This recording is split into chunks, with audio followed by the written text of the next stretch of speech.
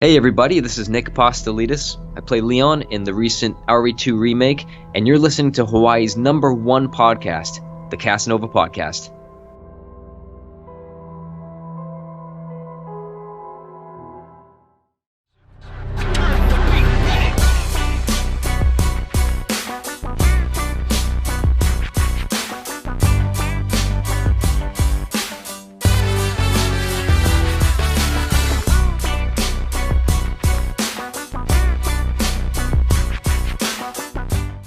All right, and welcome everyone to another episode of Hawaii's #1 podcast, the Kasanova Podcast. I'm your host, Mekel Kasanova, coming at you with another phenomenal interview. Today we have an iconic guest. He's a man who's been doing YouTube, content creation, journalism, videography, filmography, voice acting, voice directing, and so much more. Ladies and gentlemen, join me in welcoming the one, the only, the iconic Juan Bagnell, aka Some Gadget Guy, onto the show. This is going to be a phenomenal episode. We're going to talk about a lot of things from content creation, how to find your style, podcasting, and a whole lot more. So if you're ready to do it, I'm ready to do it. Let's go ahead and get into this interview.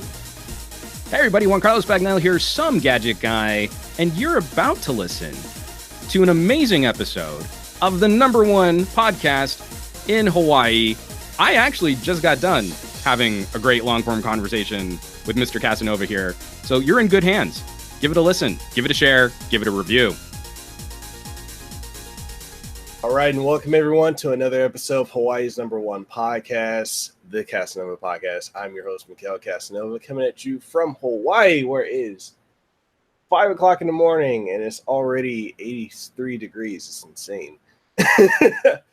So, I have with me a very, very special guest. It is truly an honor, as I have been a fan of this man for a long, long time. And my guest today is Juan Bagnell, aka Some Gadget Guy. Juan, go ahead and introduce yourself, man. It's such an honor to have you on. Like you've already like the intro was perfect. I feel like anything I would do to introduce myself afterwards would be insufficient. But you're far too kind. You shot me a message. We were kind of talking on Twitter, and I thought, like, this guy seems cool. I watched some of your previous podcasts and interviews, and you're like, this is gonna be fun. So let's have a good time. Let's chat. All right, man. And go ahead and plug like your social media, any upcoming projects and various outlets that you're working on. Oh, I'm all over the place. So Some Gadget Guy across the internet, the Twitters, the face, not really on the Facebooks. We kind of, I have like the auto publishing going to the Facebooks, but pushing more content to Twitch, especially some of my live streams and podcasting I'm sending over there. And then I also do I host for Newegg, so the Newegg YouTube channel. You'll find me and my buddy Trisha Hirschberger. We do some regular content for them, and then you'll also see me pop up on local news around LA. So I've got a buddy, and we produce tech segments for Good Day LA on Fox. Oh, wow. So just the LA game is you just try and jump in as many different realms as you can. You try and diversify all of that media as much as you can. So you search Some Gadget Guy and you'll find something of me somewhere on the internet, I'm sure. Awesome. Man, I was actually just in LA, I want to say a couple of weeks ago for E3, and I was not prepared for that LA traffic. Everyone thinks that they know what traffic is like until they get stuck on the 405. Goodness. Yeah, so like we came in, I want to say June 11th, the day of E3, which was another bad decision. We should have came in like a couple days before. So get your bearings. Right, for real, because like when we got in, we were thinking, oh yeah, we can just go to our hotel and just catch an Uber. We can wait about half an hour to the event to go. No. Yeah, so we stayed at the La Quinta over at LAX, and oh man, the drive from LAX to the convention center is miserable. Oh, that's rough. It's really bad. Okay, so we flew out on the Monday on the 10th, And then when we got there, we're like, oh, okay, we can just check in early. And it's because it's been a while, I forgot that a lot of hotels don't allow you to check in until 3. Yeah. So when we got there, they're like, yeah, you can't check in, but if you want, you can leave your bags here. And then we did. And then they're like, oh, yeah, you can come back at 1 and we'll let you check in early. So then we left. We went to the convention center, got our badges, met up with a bunch of other YouTubers, had breakfast, and then about, I want to say like 12:30. Well, actually, before we even went there, I had to say, I was like, okay, I need to get to the convention center to get my badge. And I was thinking, okay, it won't take that long. So my wife got a Lyft, and that Lyft took an hour. Yep. And I was like, what is this? Because the longest any Lyft or Uber ride in Hawaii is probably about 15 minutes. I mean, you could probably walk the Big Island faster than you could drive from LAX to the convention center. It was so insane. I was so salty that entire day, because then when we left and went back to the hotel to check in at 1, then they tell us, oh, you can't check in until 3. So we had to sit there, and I'm missing like almost the entirety of E3. And then when we check in, it's like 3:30. Then we leave at 4, get there by 5:10 something. We try to check in, and then everything's shutting down because they closed the floor up at like 6. Right. I'm like, I'm so over this. But yeah, my next convention, I'm gonna arrive like 2 days earlier to get used to it and acclimate to the traffic, not the weather, the traffic. Yeah, I mean, LA's brutal. It's again, I don't think people really understand, and also I think that's why Los Angelinos have such a reputation for being flakes. You know, it's really hard to do PR events out here because you get all these people like, yeah, I'm totally there. I'm totally going to do it. Yeah, sign me up. And then on the day of the event, at least half, sometimes 3/4 of the people who said yes are going to be like, nah, I don't feel like driving out there. It's too far. Oh, it's going to take me like an hour. Oh, the Uber bill is going to be too high. And it's always a mess trying to coordinate. I mean, like I live close to 3 other tech reviewers that I'm very good friends with, but we more regularly see each other on trade shows around the world than we do actually hang out in Los Angeles, just because it's such a pain in the ass to try and coordinate. Like, oh, you're coming from there, you're coming from here. Oh, but I mean, like, if you have to take Sepulveda, oh, but you know, if you get on the 101, you know what? I'll see you at CES. We can hang out then. I'll see you in Vegas. All right. We'll be able to hang out more in Vegas than we will be able to here in California. And you know what's funny is I've actually, like, when I was there, a lot of people were like, yeah, people out here flake a lot because of how bad the traffic and other things are. And I was like, seriously? Like, I thought it was bad in Hawaii. I didn't think it was that bad. No one knows until you get to see it. Because it's infuriating. It's not like it's crazy. You know, like I just got back from Taipei a couple weeks ago covering Computex. Oh, wow. And that I didn't drive. You know, like I was taking cabs and Ubers and trying to use their public transit. But when you're in a car, it's terrifying to see a swarm of scooters. It's a very scooter heavy traffic. And that to me is terrifying. Because like I'm not used to looking for small mobile little vehicles in that kind of quantity. Here in LA, you've got motorcycles that'll split lanes. You know, like they'll drive in between. But that's not very common when you're surrounded by scooters dictating the flow of traffic. Like, you know, you make one wrong move and you're going to wipe out like 15 people. Yeah. So that to me is terrifying. But LA is infuriating because it's so lackadaisical. Like LA drivers are notorious for this sort of passive aggressive urgency. Yeah. You know, like this like I need to be in your lane, but I'm going 10 miles an hour slower than you. But I'm not really paying attention because who pays attention on LA freeways? Why would you? You're going to be going 15 miles an hour for an hour and a half to make your commute. Everyone thinks that they're moving in slow motion, even though you're still operating a motor vehicle. It's a wholly unique and again a wholly uniquely frustrating kind of traffic flow. Oh my goodness.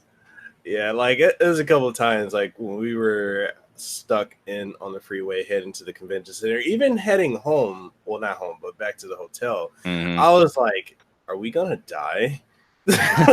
like the way like the Uber drivers were just driving was so like something like we're just not used to out here in Hawaii. Mm-hmm. It's like, oh my god. Oh man, but yeah, hopefully the next time I go out to a convention, well, hopefully the next time you hit up a West Coast convention, you'll reach out. We'll break some bread, and I can at least like, sort of, I can at least facilitate some better life decisions than what you went through for E3 this year. Did you like the show E3? Because I didn't get to cover it. I was still recovering from Computex. I did. It was actually my first ever E3. It was right on. Good deal, dude. It was my first, and the thing too is like I didn't know I was going to be able to go until like probably a week or two before the event because my one of the companies that I work with, I interview a lot of their sponsored video game players as well as review their products, PDP or performance design products. Yeah, I know those guys.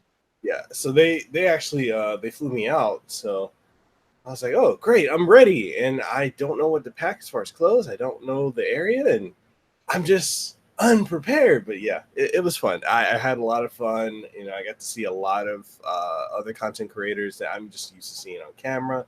Made a lot of good friends. My biggest takeaway from it was networking, because I know a lot of people I know that were going that got like the gamer badge. They were like, oh yeah, we're just going to play all the new games. And I'm over here like, no, I want to network because I want to meet the people that make the decisions. I want to meet other content creators. I want to expand and grow my brand. And so that was my plan. It's an interesting trip. I mean, like the power of the trade show has definitely been changing. I don't even want to use a word like evolving, because think about the way that we break news today, the way that we talk about this stuff, the communities online that are rapidly hosting their own kinds of conversations, and every major company now, the big players in any tech space typically go off and do their own thing. Like Nintendo had an amazing presence at E3, but they're also doing their own Nintendo Directs, right? Yeah. Like if they want to talk to the audience, if they want to talk to consumers, they can just talk directly to consumers. So the old school draw for we've got all the journalists in one place, we're going to launch all this news, doesn't work like it used to. Yeah. So, I mean, again, from the individual's perspective, if you're going to an event like that, it's a great opportunity to make those relationships, make those contacts, but on both sides of the aisle, reviewers, content creators, YouTubers, media personalities, and all of the PR reps that are repping these brands. And I think from our side of the content creation spectrum, that becomes the bigger draw for why we keep going to these shows. I mean, we're catching news. There's going to be another Samsung event. Samsung doesn't launch a phone at a trade show anymore. They just make their own individual show, and you're expected to go and front your airfare and get a hotel and go and cover it on your own dime like that. And that's just the reality of what it's like to try and stay on the pulse with the hottest new tech topics. Now that's Samsung with one phone. Samsung does that 3 times a year. They do it multiple times throughout the rest of the year around the world for all of the regional releases. And that's one company. So then you also have to hit that for a Huawei. You have to hit that for an LG. Motorola will still sometimes have an event. Like you have to put all of those things together. Google, Apple, WWDC, IO, like all of these things, like you could travel every week of the year to cover some individual event. So it's pretty heady stuff. I mean, you've got to stay on your toes, and you have to be very selective about, well, I want to go and cover this. Will there be an ROI if I grab airfare and I try and go and talk about this thing? And at the same time, those companies are also very selective about things like pre-briefing. So I could go and fly and cover the Samsung Galaxy event, but I know they've already given the top YouTubers the phone to make a video for that day. So I can't put out a video at launch, at the announcement like a bigger YouTuber can, right? Yeah. So if I go and I spend money to go and cover this thing, am I going to get anywhere near the amount of traffic to recoup those costs? Or is this just for me to reinforce a relationship and also, hang out with my friends for a bit? If that's the play, well then, okay, I guess that makes a bit more sense, but it's not really about breaking the news anymore. And I've noticed that too with like the the YouTube gaming scene. Like when we get review codes, we'll get the embargo dates, and I've noticed that a lot of the smaller YouTubers, a lot of us, we have the idea that we need to drop our content at the exact time the embargo lifts, which is the exact time that the bigger YouTubers do. And their idea is like, oh, that's going to funnel traffic to me. And I'm thinking, no. Like I started doing this experiment where when the embargo lifts, I'll wait about 1 to 2 days, sometimes at most 3. I mean, I think one time I waited a week. And I had much better opportunities to get views and get the traffic waiting than I did just trying to drop it when everyone else did.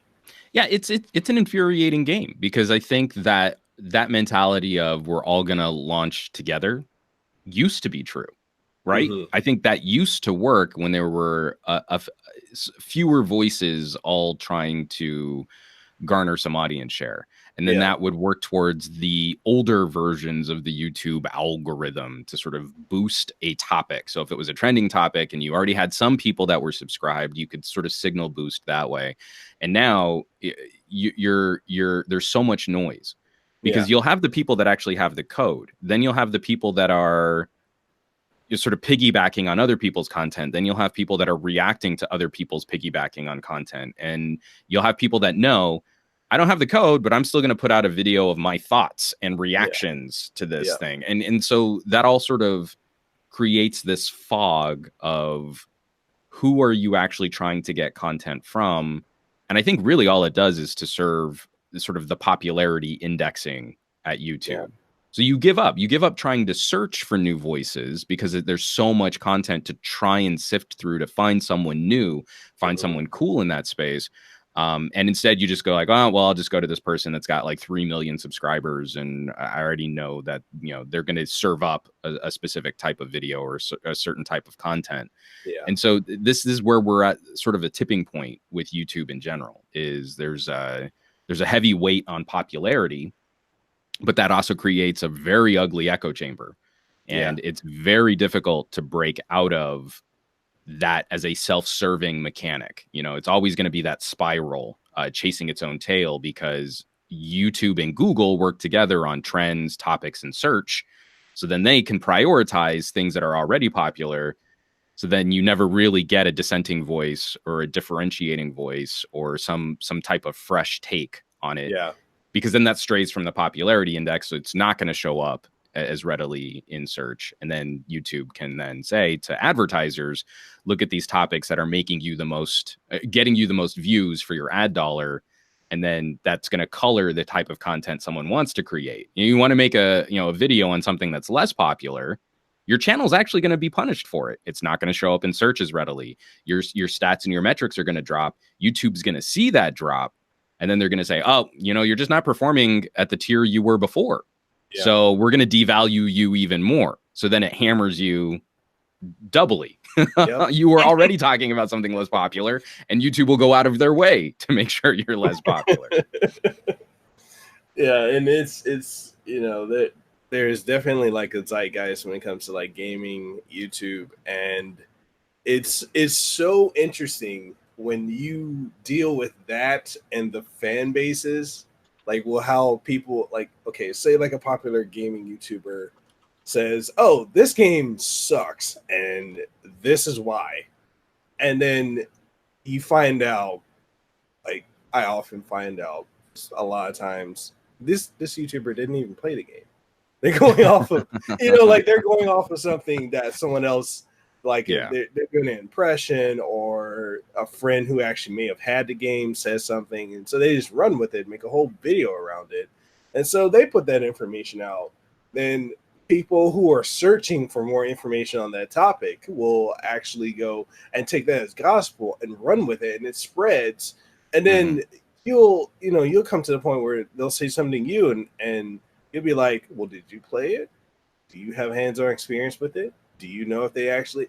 And I feel bad because I'm at a point now where when I talk to fellow game YouTubers, I have this in the back of my head. Like, I question, like, did you really play this game before you review it? All right. It's just one of those things, and it's kind of like it makes me think of like the Razer phone review. Like, how many people bashed it.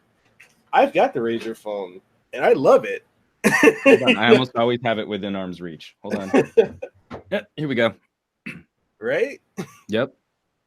It was a great phone. I mean, it still is a great phone. I mean, the thing is, like, I feel like both for the tech hardware, because again, I'm slightly more on the gadget side than I am on the game review side, but I think game reviewers are still struggling with the same issues that gadget reviewers are, where nothing is a product, everything is a service. Yeah. So let's say you have a less popular phone. A less popular phone will only really get coverage during its launch week. You know, a popular YouTuber got it for an embargo the week before launch. So they had 5 days with pre-release software, and then they cut the review so that it could land on day 0. Consumers can't even buy it yet, just the day it's announced, not the day it's launched. And so then they get to color the perception of that phone, and then they never go back to it. Yeah. You know, how many times you've seen a follow-up review on a Motorola, an LG, an HTC? Very, very infrequently. Yeah. And so then that phone evolves over the period of that initial launch month. It gets software updates, it gets patches, it gets bug fixes, but they never go back to talk about that. But you'll see endless video after video after video about Apple. You'll see Samsung. Now Pixel fanboys will generate some traffic, so you'll see a lot of Pixel coverage. Ooh, this new update. And you'll get a whole video on a single Pixel update, but that same reviewer will never go back to talk about like an HTC. HTC has been hammered for that. And so that, I feel, is kind of the same situation that's hitting gaming, is if there's a popular sort of PG or PG-13-esque game that you can keep milking for content, it's easy to go to that well. You're going to reinforce that it's popular, so your channel does better. And then you never go back to look at games that supposedly sucked, but maybe you've gotten better over time. Like I would love to see people revisiting No Man's Sky, or have developers really lived up to their obligation on games like Fallout 76. You know, like, we've seen growth. How has that actually sustained? How has that actually improved? Have they lived up to those expectations? But, you know, it's going to be easier to just kind of like Fortnite your way through being a game streamer or a game journalist, reviewer, whatever you want to call yourself. And I think the industry is struggling with that. You know, again, you can work just as hard at covering something less popular, but your channel's going to be punished for it. You're not going to monetize as well. You're not going to make as much money. And then YouTube's going to devalue you for search. So why bother? I guess we were just going to give up and only talk about things that we know are going to be more search relevant. And that's, I think, one of the ugliest aspects that we've got here. Any one of these properties is an amazing opportunity to generate discussion, have conversations, and produce content.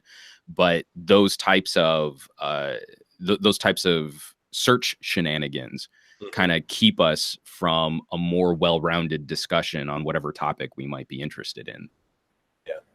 No, I definitely agree with you on that. And I'm like totally right, like pretty much all the time. But it begs the question of, how do we fix it, or do we just adapt to it? Well, the thing is, I don't think people are adapting to it. I think right now there's a general trend which hasn't been which hasn't been voiced directly, where people who want to go off and personalize the experience, people who want to diversify the experience, are starting to shift to other platforms. We're seeing the rise of numerous game streaming solutions. Yeah. You know, we shouldn't be taking that for granted. I moved my podcast over to Twitch, but I'm getting regular interaction on Mixer too. And I'm not doing gaming content. I'm doing tech, politics, and sort of gadget news. Mm-hmm. But there's an audience for that that's underserved on a smaller platform than YouTube, where I'm not having to police the comments as much. The community there is more accepting. This is fresh content from their perspective, and I'm targeting them specifically. And then I'll go and dump it on YouTube after the fact, but the live stream is happening somewhere else. And I think people are naturally starting to seek out those alternatives, and we're starting to see the beginnings of that competition. For a fully produced video, YouTube still makes the most sense for the infrastructure, the momentum, the community, how search works on Google, especially if you're one of those YouTube gurus who's going to be all about like how to game the algorithms and how to, you know, build your audience and give advice to other producers. But I think the trends are changing on that, you know, and the fact that YouTube has been so slow to improve community tools. They're cracking down harder on community strikes, where you can get community strikes for the content of the comments on your videos. Yeah. But we really haven't been given better tools to police the content of the comments on our videos. It's still the same, like, well, we'll hold the comment in reserve for you if we see some naughty words. And you're like, no, if you're going to put it on us, we should be given better tools to facilitate that, especially because YouTube is built on kind of a long tail content distribution strategy. They want those hot spikes of popular content, but then it's all of the smaller YouTubers that keep people on the website watching longer. Every minute that someone stays on YouTube because of a smaller YouTube content creator is a potential ad revenue source for YouTube. So of course, when something big happens, they punish smaller YouTube creators. Let's make it harder to monetize. Let's make community strikes easier to get. We'll explain our community guidelines better. But yeah, again, so much of this stuff is sort of outside of our control. So I think it's a natural trend towards changing the way that we interact with people, produce content. People are going to other platforms. And I think that's going to be a growing trend. Anyone who's coming up into this game today, I would say, do not focus on being popular for one service, right? Like, you won't really make your nut if you're just Facebook popular. Instead, you'll have to pay Facebook more and more and more just to share your popular content, the more successful you get on Facebook. Yeah. And ditto YouTube. You know, like, being successful does not mean being YouTube popular in the content creation space. There are so many other platforms and opportunities where you'll also be able to better control your content and distribution. If you have to build your own audience anyway, build your audience for yourself and then utilize these services to distribute your content, but don't make it wholly unto one service just to be popular on that service. It's not really going to do you long term. And we've seen too many examples. I don't think YouTube will go the way of MySpace, but this digital content is super fragile. At some point, I really do believe Google will have to cull a lot of garbage content. If it wasn't popular content, why keep it on servers? Why back it up? I don't think they have any permanent obligation for being the internet archive, right? Yeah. So at some point, this stuff could vanish. And what do you do? I've already had that happen with my very first podcast was a movie review show. And we could never put it on YouTube because we were always getting copyright strikes. We were always getting our videos taken down. This was the early days. Like, we started the show in 2009. And so we were putting it up on a variety of other video streaming services. There was that explosion of other like Blip and Mevio. Vimeo survived, but we never put our stuff up on Vimeo. We picked the wrong one, the wrong ones to support. But like, the show's vanished. You know, like, it's very hard to find episodes of that show. And we've been going through old hard drives to kind of recover it. And thankfully, I think we've got most of the run of the show. And I've been putting it on archive.org as another opportunity to host content. But again, you know, like, that that was 10 years ago that we started doing that show. That content evaporated when those platforms decayed. And I think YouTube and Facebook are starting to hit that tipping point of how do we keep managing this influx, this insane influx of content. And I think Twitch has the right idea. You know, you set up highlights, you set up clips, you can control little pieces of this, but there's very little interest from the Twitch community that I've seen, where every single content creator on Twitch has an obligation to maintain an archive of 4-hour game streams dating back to the beginning of their channel. That's not the way that community interacts, you know, between producer and audience. And I think that's really the future of a lot of our video streaming services. Is it's topical, it's timely, it's relevant. Some things can be archived, but you know, that's not the way that we think of protecting our content. And it's okay if some of this goes away. It's okay if some of this evaporates. You don't need to go back and see like my first videos on YouTube, which are awful. But I came from that era where it's like, no, I've got to protect everything. I've got to archive everything. I want to make sure you could go back to the beginning of my channel if you want. That idea, I think, is pretty well dead now. Oh my goodness, man! You brought up MySpace, and that I'm feeling quite old, because I remember MySpace when it first came out. I remember at the height of its popularity, and I remember its death knell. I mean, it's still around, people. For a lot of people, not really.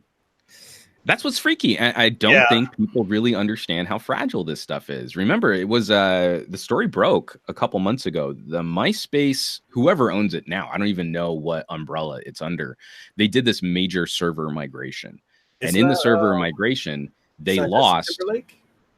No, I don't think he's associated with it anymore. I think he walked away. They were trying to make it sort of a proto SoundCloud. You know, it was a music focus on a music sharing service. For artists to have their own pages. And it was a great idea. But during that server migration about 2 or 3 years ago, they lost something ridiculous, like 3 years worth of content. And they just kind of kept it quiet. There's a problem with this server migration. We're investigating. We're going to try and recover, blah, blah, blah, blah, blah. And it was earlier this year where they said, nope, it's gone. There's nothing we can do. We can't get this stuff back. And it was the folks over at the Internet Archive, archive.org.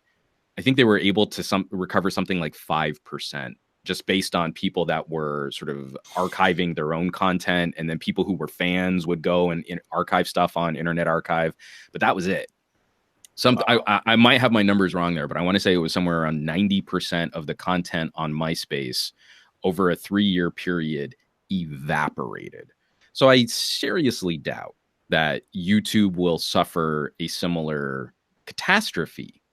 But at some point, I think the dam breaks. Like at some point, something happens. We're talking exabytes of data that these servers need to maintain and back up and archive and make accessible around the world, so that YouTube can succeed as a platform. At some point, that is an impossible mission. Facebook already has. It's an impossible mission, being, you know, sort of the walled garden internet for so many people in so many regions, in so many countries. Facebook is the internet. At some point, that falls apart. At some point, that doesn't make sense to continue scaling. Yeah. Well, you did mention having some of your podcasts and content on Twitch and Mixer, and you're the second person I've talked to. Like I said, I did the interview on Saturday with Miss DJM, another Hawaii content creator, and she's got her podcast. Like the podcast she's on is on Twitch, and I'm hearing a lot of people say that Twitch is really good for podcasts, and I'm wondering, like, what is your takeaway on it? So the main thing that I'm trying to live my truth. I have a lot of complaints with the way that YouTube and Google have been doing business. I have grievances, and a lot of them are general. For me personally, during the last major Logan Paul fallout, numerous channels were getting demonetized, and mine was too. So I was never able to get any kind of after action report. Why was my channel demonetized? Why were my videos pulled from search? And the nearest I could determine was because I talk about politics. So after a series of videos on the FCC and net neutrality, one specifically on Ajit Pai, that seems to be the controversial trigger that was pulled. And I wasn't going to stop talking about that kind of content on my podcast. So it made sense for me, where I've got these grievances, I've got these issues with the platform. So many people complain about this stuff, but then continue operating the same way. Oh, yeah. YouTube sucks. Better keep uploading all of my content to YouTube. So it wasn't a decision I was taking lightly, because for a smaller channel like mine, my personal channel, like, I'm a gun for hire. I work on other people's channels, and then I have my own side hustle. So for a smaller channel like my personal channel, it was not a decision to be taken lightly. I was getting good numbers on that podcast. I was getting regular interactions and super chats, and like that stuff helps reinforce why you should stay. Yeah. But I also couldn't every week complain about YouTube, again, demonetizing another one of my videos or not notifying my subscribers, and then keep supporting YouTube as the main point of interaction for my audience.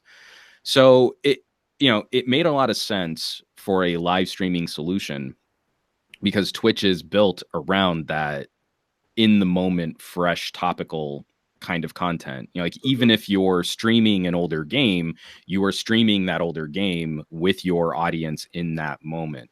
And so it seemed to have the best infrastructure for maintaining the type of conversation that I like to have. Because I make my podcast as interactive as I can. I'm reading comments, I'm talking through news, but it's not just me monologuing. I am trying to have a conversation with people in real time. And Twitch facilitates that really well. Twitch is a terrible place for me to do my finished produced reviews, because the Twitch audience isn't looking for that. But right now, what the plan is by the end of 2021, that's my goal. I've been working with the people that support my Patreon to see if there's not a way that we could make video distribution for that wholly public on a service like archive.org.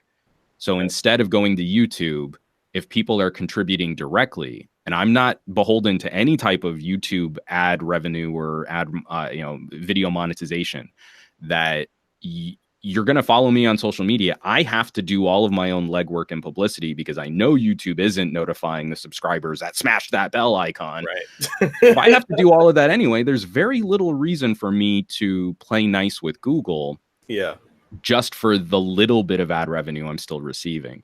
So if I have a direct relationship with my audience for that kind of content, I can put it up on a resource where they can download it. Yeah. They don't ever have to mess with, YouTube's compression algorithms. If I do these crazy long form camera reviews, but my audience has never actually seen the real camera samples, because they're all getting squished by YouTube for better streaming.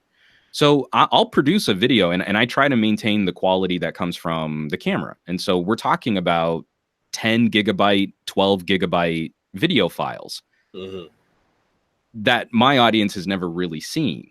They've never really seen that.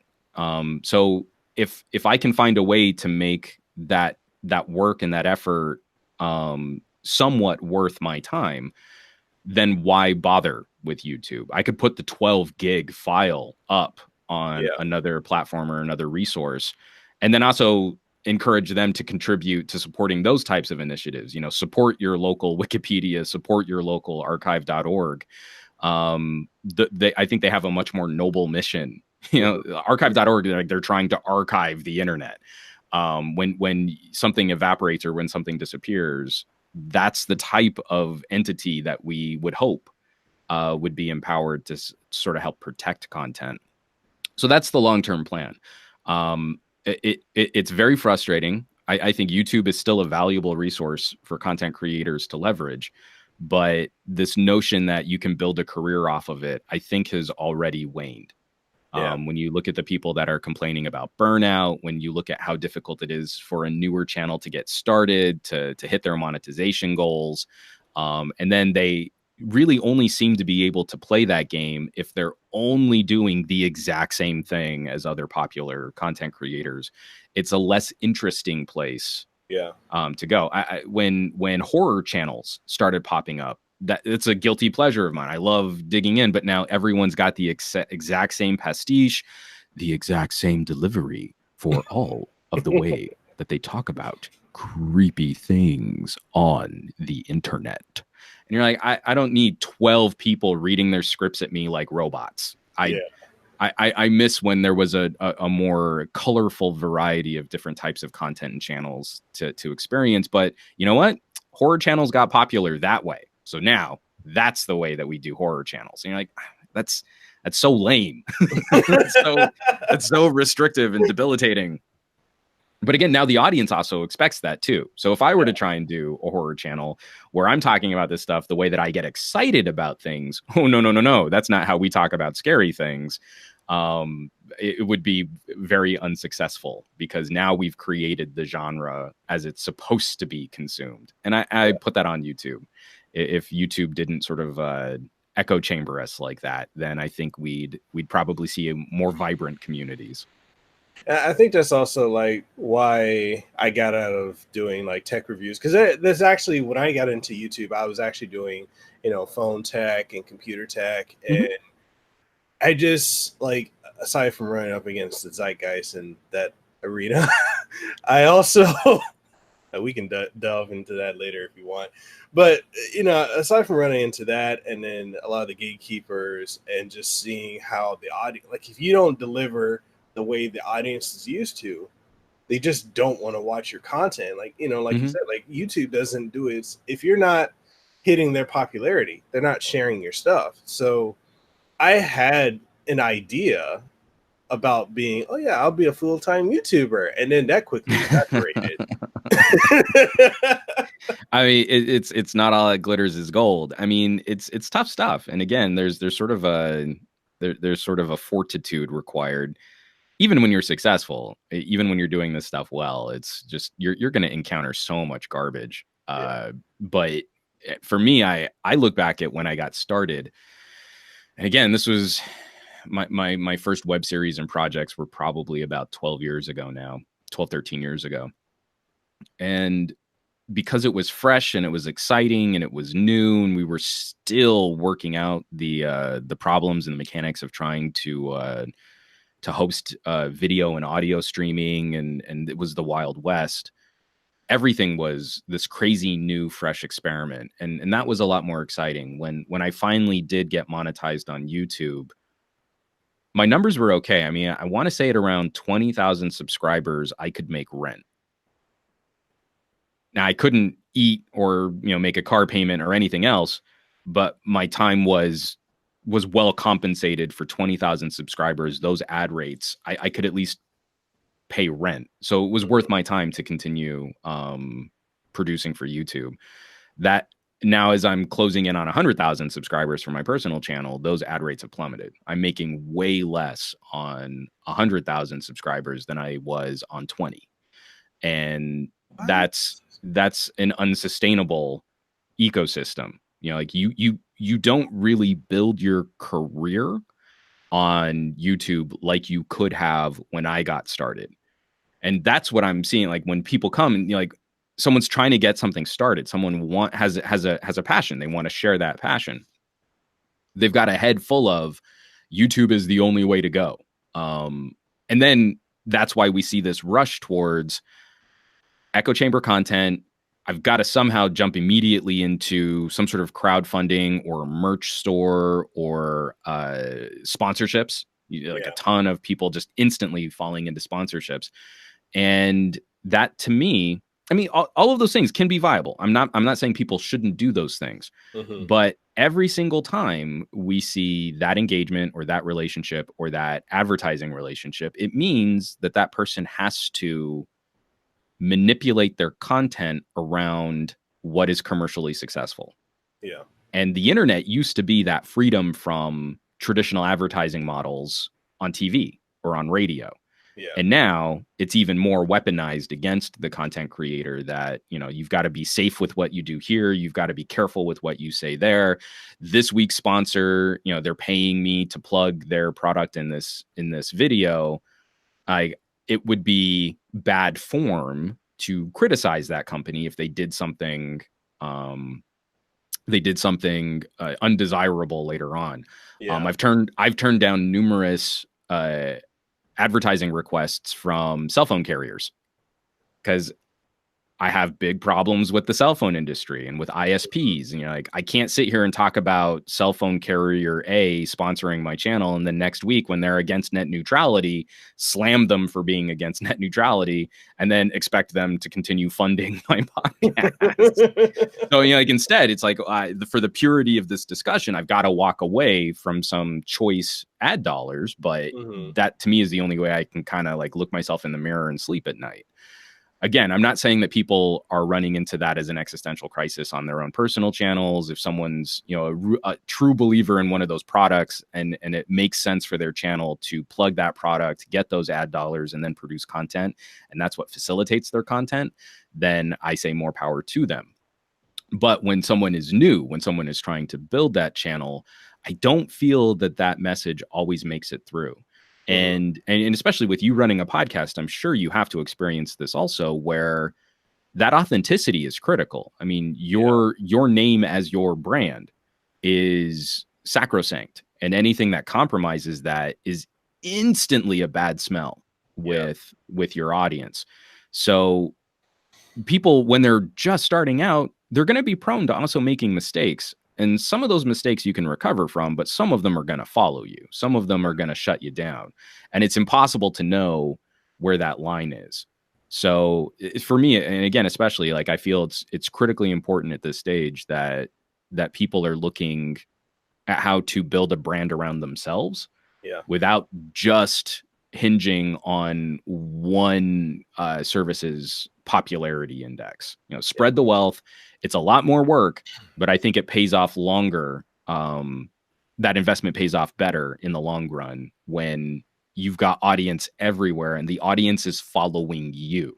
The audience is not dependent on YouTube putting you up in search. The audience is not dependent on Twitter, you know, check marking your name. The audience is just following you wherever you go. And that, to me, is probably the most valuable engagement. And that's actually, you know, I'm glad you said that, because like that's something that over the last year that I've started to kind of develop myself when it came to like not only my podcast, but my brand as a whole, like whether it's reviewing tech or games or doing the podcast or, you know, streaming. I feel like if you enjoy my content, if you're a fan of the content that I put out, wherever I am, you'll follow.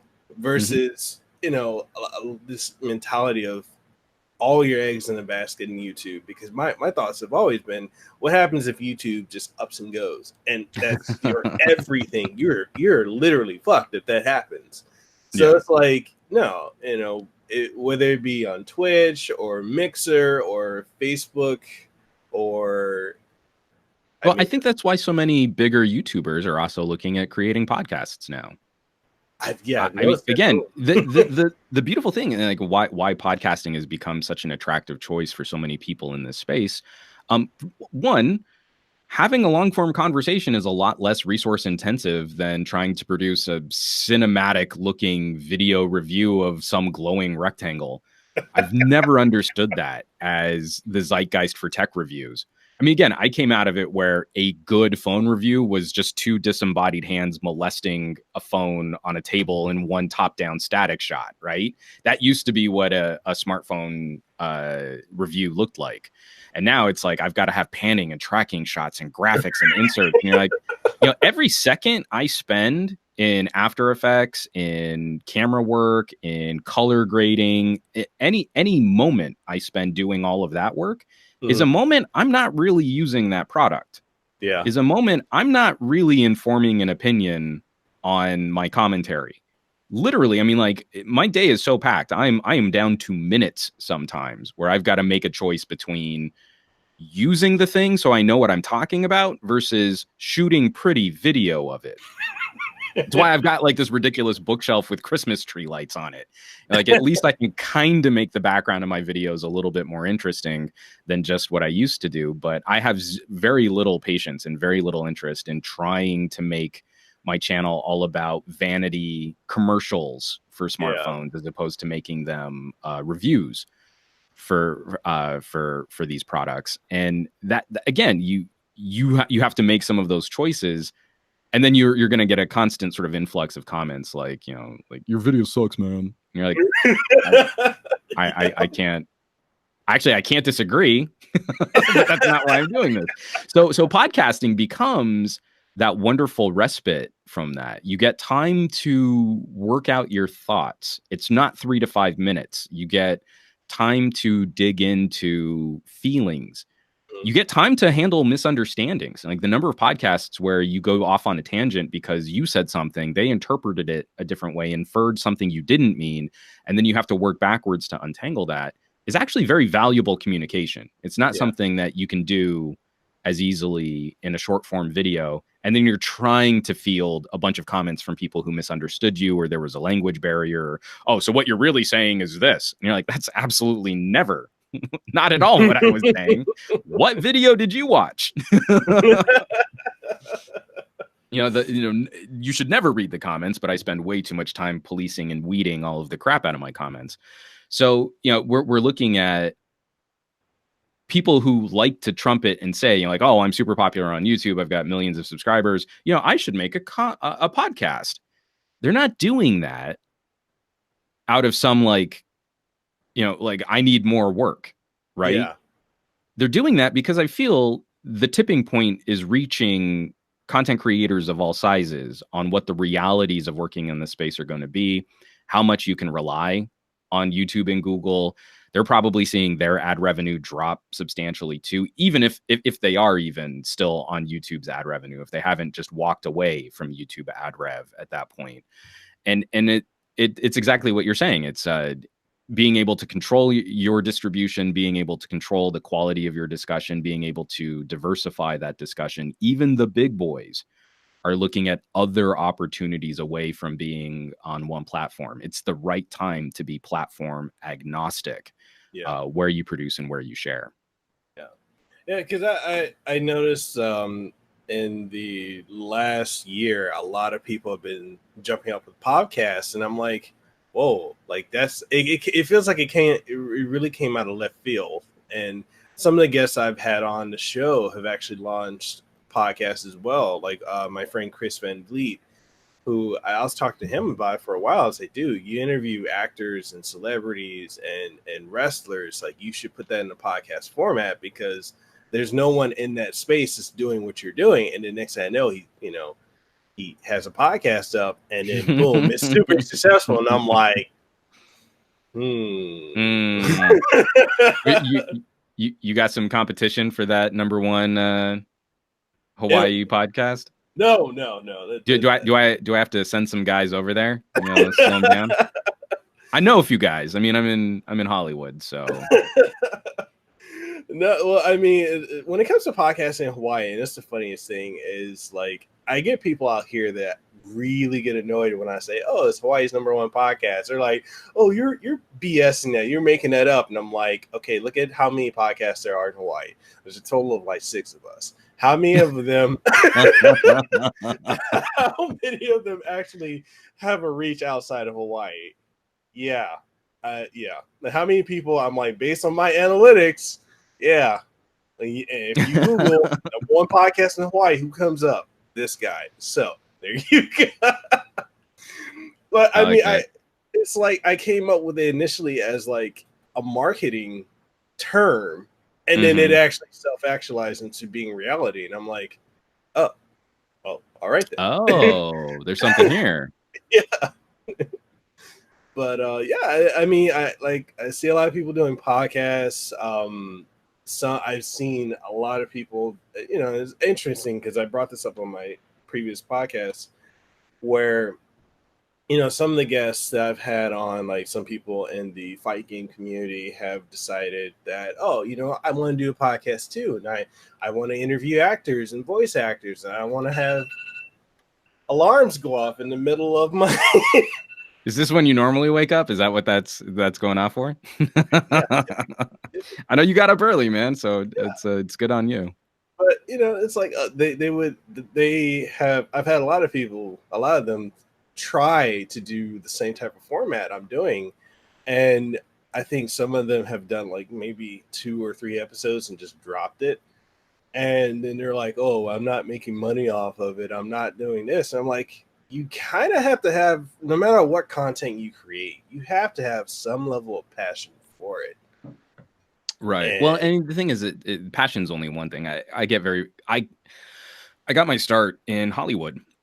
My professional career start was actually in national laboratory device management on a JIT contract in New Mexico. But in my industry, started at a talent agency and moved into casting.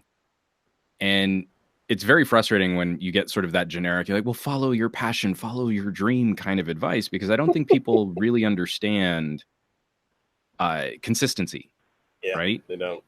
Like, it's exciting when you go on your first audition and, you didn't get it. But do you have the intestinal fortitude to go to audition after audition 3 or 4 a day and have people tell you no? Because that's what being an actor is. You are a professional auditioner. And when you book a job, that's satisfying, and you kind of help subsidize your lifestyle that way. But most of the time, you're going to be told, no, you're not right. And especially in a very discriminating way, where like, we need urban actors. You're the wrong shade of urban. Right. It's one of the only professions on the planet where you can really get away with that level of discerning selection. You can't be that kind of discriminatory if you're an attorney or an accountant or something like that. Yeah, you're the wrong shade of urban for this law firm. I'm sorry. At least they can't say it that way. we have that out here in Hawaii too. Like I actually used to do acting, and I'm originally from Western Samoa, so I'm an islander. I'm Samoan, I'm Hawaiian and Dominican. And it's funny, when I would go to auditions, one of the things they would tell me is, you're not, you don't have the right look. You're not. Yeah. Exactly. It's like, you're not the right shade of brown. You're not the right, your hair texture isn't what we're trying to sell for what Hawaii is or what this island is. I'm like, right. All right, fine. The hair texture one gets me too. Like, that's rough. Now, I'm Hispanic. I'm 1/4 Native American. Like I'm too ethnic to play white for a lot of people, but I'm way too pale for what people think Mexican should look like. So, the same thing. It works against you. But that I mean, kind of getting back to the original point, there is, it looks like such a dream gig, but it's still a gig. Every day that you can sit down and talk for 2 hours into a microphone is work. I mean, that's hard work.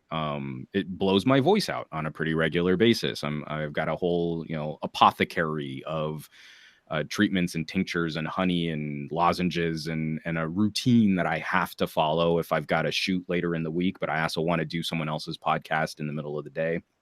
I mean, it's not hard. I mean, I'm not like laying brick, but it has its own challenges that need to be contended with on a regular basis, and you need to do it. You don't have a boss coming in to say like, oh, make sure you show up for your shift. You've got to show up, you've got to produce, you've got to put it all together. I'm an army of one. I have no other assistants for any of the content that I produce on my own personal channels, which is why it's always so nice when I get to roll up at like, Fox Studios or at Newegg, and someone else pushes record on the camera. How refreshing. So I don't think people understand the realities of what it's like to grind like that. So you can put out one amazing video. I think anyone listening to this or anyone who would watch this, they have all of the same tools we do. They have access to cameras. They can load up some even free software. Anyone tomorrow could put together an amazing video.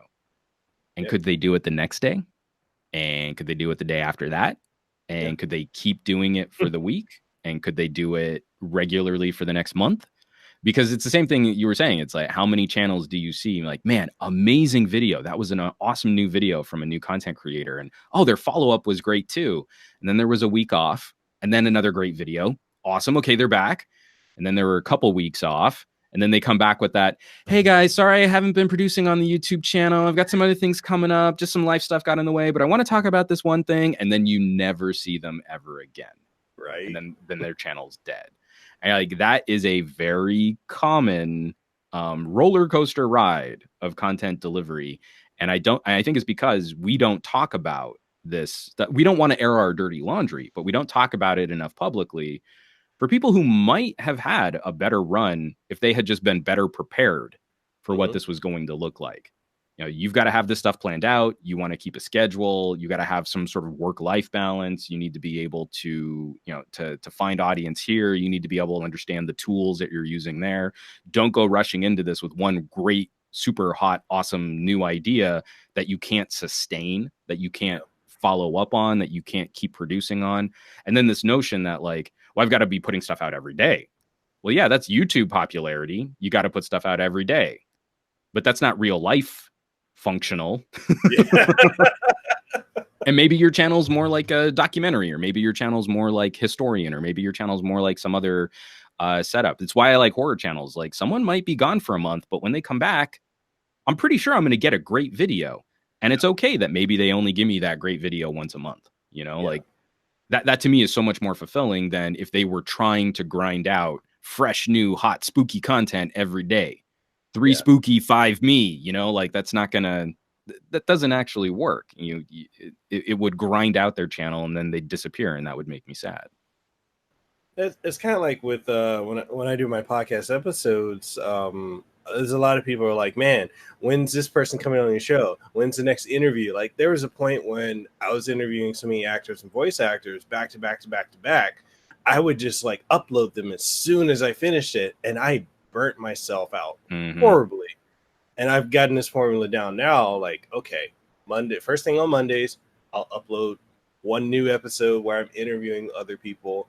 And I've gotten to this other point where I'm like, okay, so to have some type of regular content, I'll do like a single solo podcast, or I'll do like a vlog style and just upload that as extra content, because I don't want to have, like before I was sitting on like 16 interviews, and then I was pumping them out back to back to back. And then people, and it's funny because a lot of people out here in Hawaii were saying to me like, man, you need to just keep putting them out back to back. And I'm like, no, because you don't give the audience enough time to sit and enjoy, you know, it's like food. You don't want to just rush through it. You want to sit and savor it. You want to enjoy it.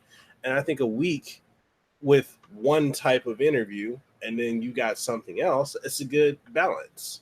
Well, and it sort of trains the audience, that expectation of when to arrive, when something's going to be fresh, and it doesn't like surprise. You know, something doesn't just pop up in their podcast app in the middle of the week. You're like, oh, what's this?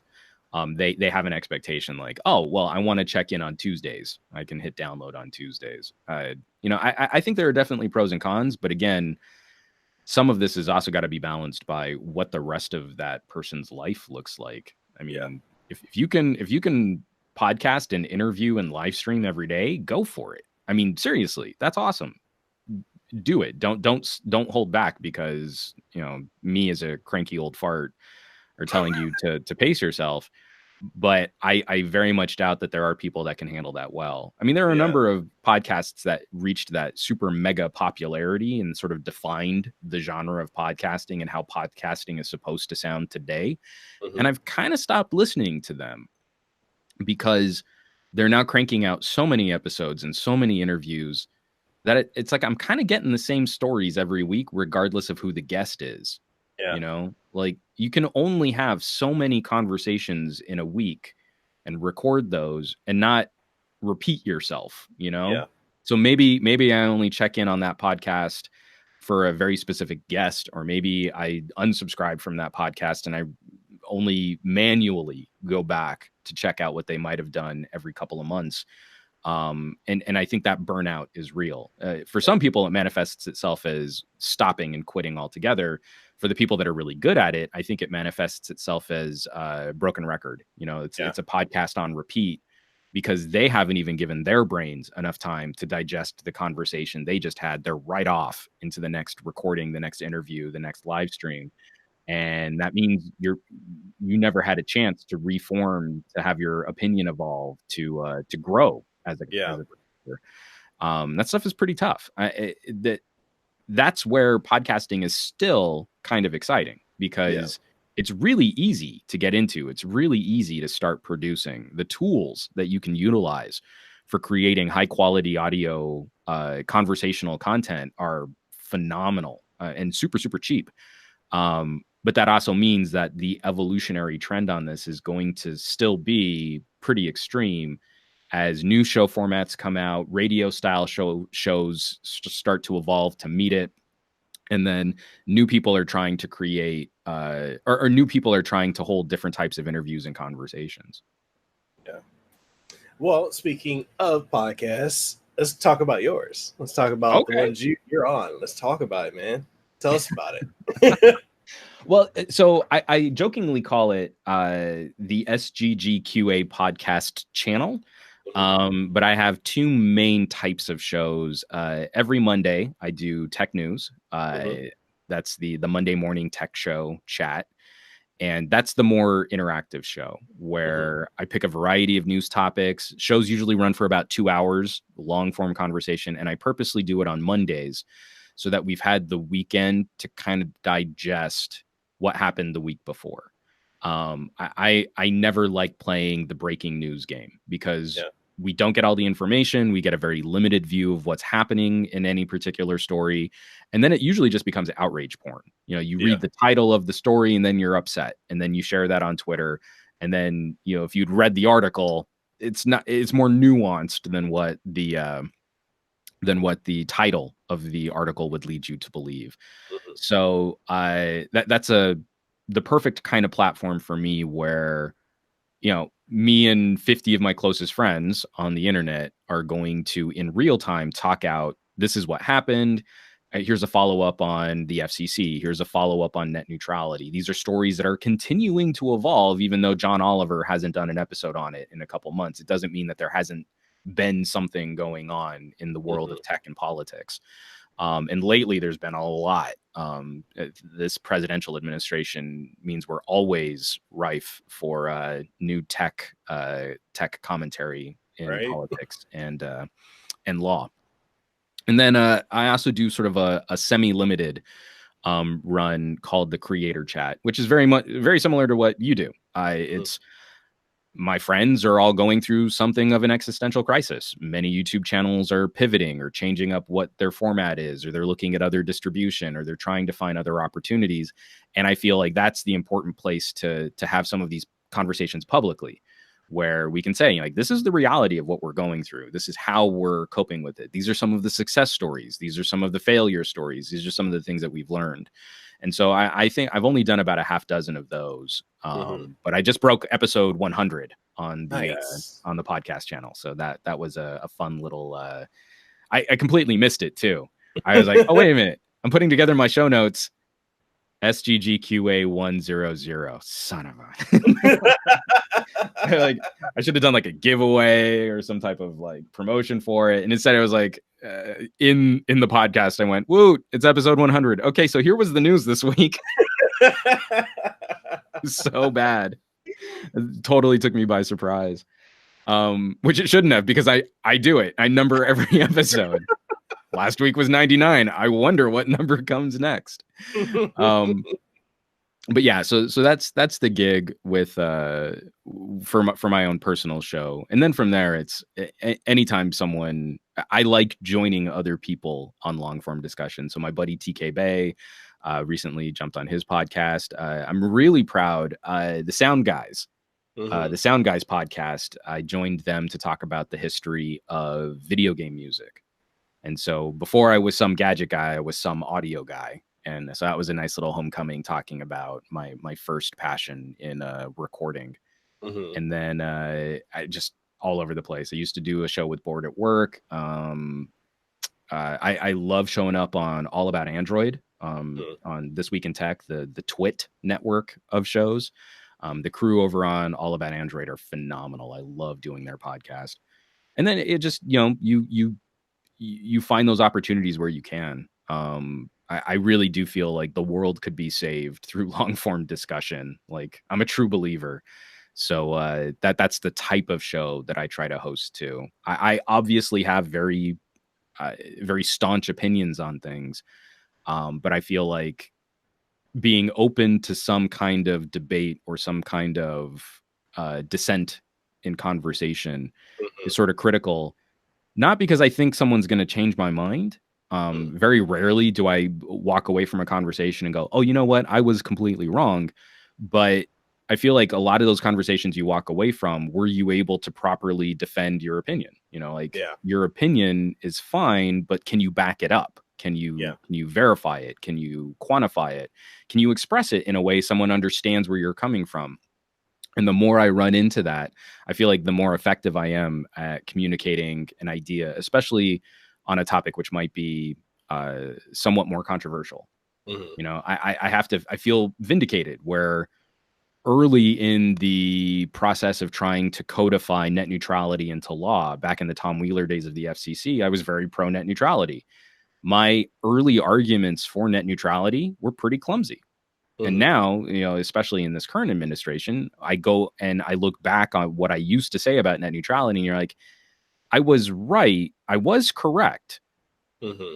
But I wasn't very good at expressing it. My arguments were pretty juvenile, and this commentary wasn't as well thought out as I thought it was. And now I'm much more effective at saying, this is why I think these policies are a good idea. And it's become even more precious now that we've got regulatory agencies getting rid of net neutrality and net neutrality practices. It's more important that I am a better communicator or a better advocate for that type of policy today than when it was codified into law. So again, it's the value of long form discussion, is being able to try that stuff out and kind of work it, mash it, mold it, shape it. And then when you come back to sort of rejoin that conversation, you are better for having worked out your own ideas, for having sort of tested your own beliefs. Well, and I like the fact that, you're willing to dive into those topics, because it's one thing that I feel is not only a benefit of long form discussion, but also one of the things that limits a lot of content creators, especially on YouTube, is you only see that one side of them that they put in front of the camera, side of them that they show just for, whether it be views or ad revenue or product sponsorships or whatever. But the fact that, you have this outside of that, people get to see the other side of you, whether, or not they agree with it or not. It's just the fact that it makes you more real. And I appreciate that, and I've had it where I would just rather see the person as they are. Like, okay, this is what you think. This is how you feel about it. Hey, I appreciate that. But, I like that you say, like, when it comes to like your previous stances on things, being able to say, hey, yeah, I was right, but was I able to define it? Yeah. I was like, I was correct, but I got lucky. I mean, I had a feeling.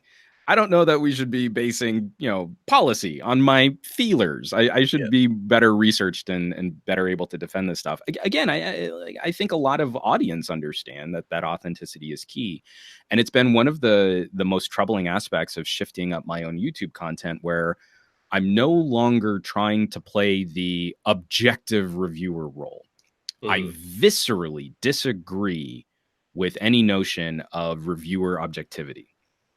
I've felt this way since the early days of reviewing movies and documentaries.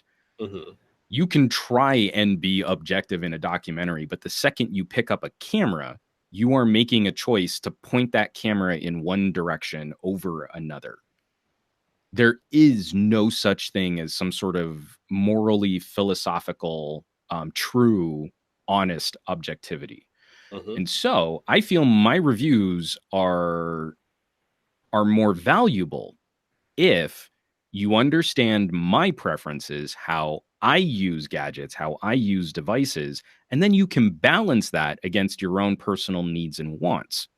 Where if I'm honest and consistent about what I like and what I don't like, then it's not some surprise if I criticize a phone, if I trash a phone, it doesn't come out of left field. There are specific usage, specific reasons for why I am approaching this commentary from the angle that I am. The problem we run into, because I don't believe bias in review is a bad thing. The problem we run into is when there is an insidious bias or an uncommunicated bias. And again, especially when we look at YouTube review channels, there's every good reason why a content creator will make video after video after video on Samsung and Apple and not cover these other products. But it's gotten to the point where now if someone makes a video on an LG, they're not reviewing the LG. They're making a video for Samsung fans to tell them why buying a Samsung is a better idea than buying an LG. Yeah. And they're not communicating that experience or that expression, that relationship with their audience. Yeah. So maybe that person genuinely does believe that Samsung makes the best products, and it's not influenced by their ad revenue or their views or their popularity or their traffic. Let's pretend that stuff didn't influence the way that they produce content on their channel. Even if they do, if they're pretending to be objective, their audience is going to be trained to feel like, oh, well, they're being honest. They're just telling it like how it is. But that's not how it is. That's how they like to use products. They like Samsung. So they should be honest and upfront about, well, Samsung makes my favorite phones. This is difficult for me to speak a different language when I use an LG. I speak Samsung better than I speak LG. That admission at the beginning of a video should be heralded as honesty, as a reviewer doing their due diligence. Instead, if you're honest about that, people immediately discount anything that you have to say afterwards. Oh, well, you're just a shill. You're a shill. You're a hater. And you're like, maybe I guess like, I've told you up front, honestly, what it is that I'm trying to accomplish and how this product isn't able to facilitate that. But you can ignore the rest of the video, I guess, because I said I have very specific needs, or I have things that I'm trying to accomplish. That I think has become one of the darkest aspects of tech on YouTube is this like, sort of elevating a reviewer up to some special pedestal of truth when they're just as conditioned for preferences as anyone else. And it's no small surprise, like the companies that spend the most on advertising seem to sell the best. That reinforces sort of a circle of what products get purchased. Those are the products that get talked about. So those are the products that are the most popular. So your ad revenue is better on that because those companies are spending a lot to promote their products. And then somehow those become the only solutions worth talking about, both literally and figuratively. Anytime that we can try and break out of that cycle, I think the consumer benefits. I think the tech enthusiast benefits. But right now, the tech audience is trained to knee-jerk react negatively to anything that disrupts the color of the commentary that they've been receiving from their favorite YouTubers. And so that's why I get a lot of very ugly comments in many of my reviews. Oh man, and that's actually another thing because we're winding down, and I want to be respectful of your time. But last couple questions. No worries, man. Because I wanted to talk about the style that you have. Like you have a really organic and original take on how you do your content. I like that you don't do the cinematic, because I know we touched on it earlier. Like when it comes to a lot of YouTube tech video reviews, I feel like I'm watching a glorified commercial, and it's like, oh, this camera doesn't shoot as well as this camera, and this and this and this, and I'm like, okay, You know? No, I think there is an issue with time management. You're going to try and reach a deadline. You want your video to go up in the initial SEO push, so Yeah. if you've got something under embargo, you've got to launch on day 0. And then also you have a relationship with the PR company that gave you that product during the embargo window. So you don't want your video to go up a day later, because then that PR company might not reach out to you for the next product that they've got under embargo. And so all of that stuff kind of reinforces together why so much of that commentary to make the pretty video, not get all of the haters on YouTube dropping you comments about your video looking not as nice as someone else's video. You spend way more of your time manicuring your video than you are actually using the product. And so it's a common criticism, and I'm going to get crap for calling it out. But look at the comments. So many people will complain about, well, this video is basically just them reading down the spec sheet. Like I could have read all of this stuff on GSM Arena or, on the manufacturer's page, but it's really pretty, So there's a reason why that happens. I mean, you have a finite amount of time, a very limited amount of time to try and create or produce that content. So you fall into the same trap. It's why, the Note 10 is going to come out, and the week that they announce it, you're going to see 1,000 videos launch, basically all regurgitating the same stuff that we already know from all the leaks and rumors, and a punch hole camera and an S Pen and no headphone jack. And it's real big, and there's going to be 2 sizes and the 5Gs. And that's your content. Now, some people will do it prettier and some people will do it faster, but you still only have a limited number of minutes that you can dedicate towards producing that content. And then later on, some other people will do some longer form, more in-depth analysis. Once it gets out to the public and the public can start producing their own videos on their experiences using the phone, you'll get people that actually bought the phone will have very different opinions than people who got the phone for free.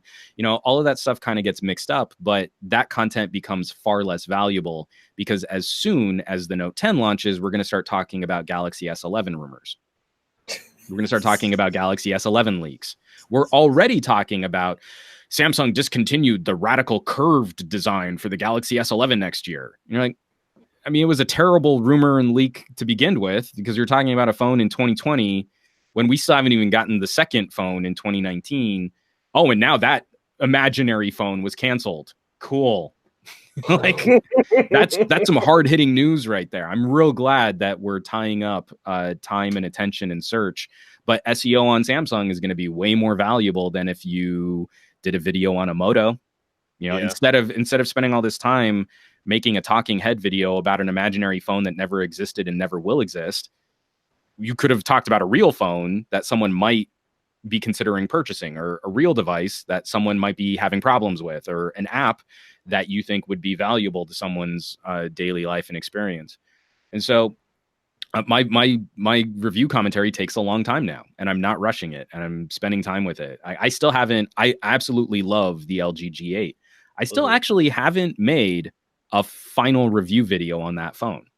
I've made a handful of like check-in videos, like, I just learned about this, and here's this feature that I really liked, and I shot this phone. I used this phone to do everything when I was in Taipei for Computex.